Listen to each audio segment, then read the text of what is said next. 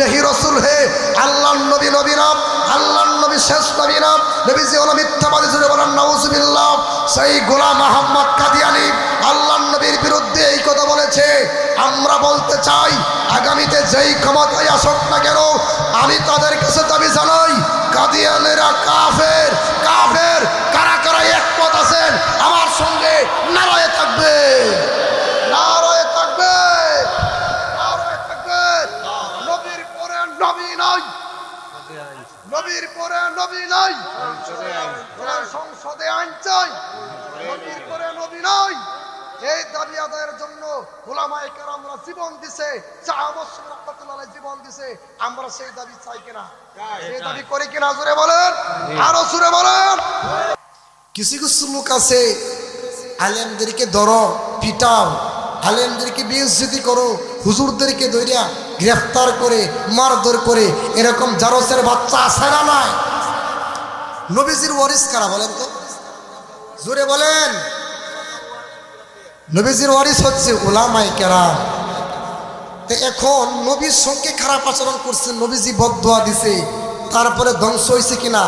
উকবা ইবনে আবি মুঈদের কল্লা ঠিকই উড়ে গিয়েছে জোরে বলেন আল্লাহু আকবার। আর আলেমদেরকে মারবা শান্তিতে বউ নিয়ে ঘুমাইবা প্লেট বসায় থাকবা ওই চিন্তা কইরো না জোরে বলেন। একজন আলেমকে যদি কষ্ট দাও কথার মাধ্যমে ব্যবহারের মাধ্যমে যদি আলেমকে কষ্ট দাও সেদিন থেকে তুমি খাতায় লিখে নিও তোমার কপালে শনি আছে। কথা বলেন ঠিক কিনা বলেন? আলেমদেরকে বেইজ্জতি কইরা শান্তিতে কেউ থাকতে পারে? জোরে বলেন পারে? যারা আল্লামা সাইদি যখন ওনাকে যখন আদালতে উঠানো হলো উঠানোর পরে সরকার পক্ষের উকিল বলে যে হুজুর আপনি ৬০ বছরের বুড়িকে দর্শন করেছেন। জোরে বলেন জোরে বলেন নাউজুবিল্লাহ। আস্তে এই আস্তে বলেন কেন আরো জোরে বলেন নাউজুবিল্লাহ। ৬০ বছরের বুড়িকে কি আল্লামা সাইদি দর্শন করেছে? জোরে বলেন দর্শন করে নাই। সাইদি সাহেব হুজুর হাতে এক হাতে একটা পানির বোতল আর এক হাতে কোরআন শরীফ ছিল চোখের পানি ছেড়ে দিয়া কোরআনের পাখি কাঁদতেছে। 50 বছর পর্যন্ত সারা বাংলাদেশ কোরআনের তাফসীর করেছি আজ আমাকে মিথ্যা তহমত দিচ্ছি। আবার সরকার পক্ষের উকিল বলতেছে হুজুর হিন্দু নববধূ পালকি নিয়ে যাচ্ছিল আপনার জামাত শিবিরের ক্যাডারদের লোকদেরকে দিয়ে উঠাই আইনা রাতভর হিন্দু নববধূকে দর্শন করেছেন তখন আপনার কেমন লেগেছিল? জোরে বলেন। আবার বলে যে ক্লাস 3-তে পড়ে এক মেয়েকে ওই মেয়েকে আপনি দর্শন করেছেন রাতভর তখন আপনার কেমন লেগেছিল? এই অন্যায়টি কি করেছিল?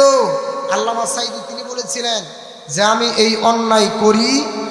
জোরে বলেন আরো জোরে বলেন। জবান বন্ধ রাখা যাবে না। আল্লামা সাইদি বলতেছে যে আল্লাহ তুমি জানো আমি এই কাজ করি নাই। সারা বাংলাদেশে সারা পৃথিবীতে 50 বছর আল্লাহর কোরআনের দাওয়াত দিয়েছি আজকে আমাকে রাজাকার বলে আমাকে ধর্ষক বানিয়েছে। আল্লাহ তুমি তো জানো আমি এগুলো করি নাই। বিচারককে বলে ও বিচারক তুমি যে আমার বিচার করবা তোমার উপরে কিন্তু আরেকজন বিচারক আছে। জোরে বলেন। তখন শামসুদ্দিন কালামানি কুলাঙ্গারের বাচ্চা যারা সন্তানের বাচ্চা সাইদি শব্দ কি বলে জানেন? যে আপনার আগে ফাঁসি হোক তারপরে আপনার আল্লাহ কি করবে করুক। আল্লামা সাইদ হুজুর রাহিমাহুল্লাহ তিনি চলে গেছে আল্লাহ ওনাকে জান্নাত নসিব করেন জোরে বলেন আমিন। তো আল্লাহর কি বিচার যে আলেমদের সঙ্গে খারাপ আচরণ করছে যে উনি যখন পালায়া যাইতেছিল স্বৈরাচার বিদায়ের পরে জনগণ পিটায়া এমন অবস্থা করছে কলা পাতার উপরে শোয়া রাখছে। জোরে বলেন। আমি কোনো দলের না কোনো দলের পক্ষে কথা বলি না আমি একটাই দল করি সেটা হচ্ছে আল্লাহর দল। আপনারা কার দল? জোরে বলেন কার দল? হিজবুল্লাহ। জোরে বলেন কার দল? আল্লাহর দল। তো এখন ওনাকে যেরকমভাবে মারছে এটার বিচার করছে কে? ওনাকে যখন নিয়ে যাওয়া হয়েছে ফার্স্ট যখন তাকে দুনিয়া থেকে বিদায় করে দিবে যখন এই পরিকল্পনা করেছে এই পরিকল্পনা করার পরে আল্লামা সাইদি সাহেব হুজুর যখন ওনাকে হুইল চেয়ারে নিয়ে গিয়েছিল একটা হাসি দিয়েছিল। এই হাসিটা আপনারা কারা কারা দেখেছেন অনলাইনে? সবাই দেখছেন তো ইনশাআল্লাহ? এই হাসি ছিল স্বৈরাচারীর পতনের হাসি, এই হাসি ছিল জালেমের বাচ্চাদের পতনের হাসি। কথা বলো ঠিক কিনা? ঠিকই পতন হয়ে গেছে।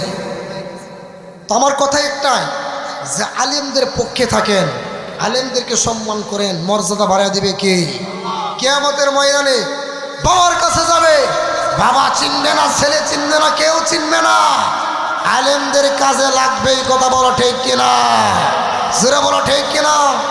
গাজীপুর শহরের মানুষ, আমি আজকে এই মাহফিলের মানুষ যতগুলোই হোক না কেন, বাইরে যারা গেছে, যারা আছেন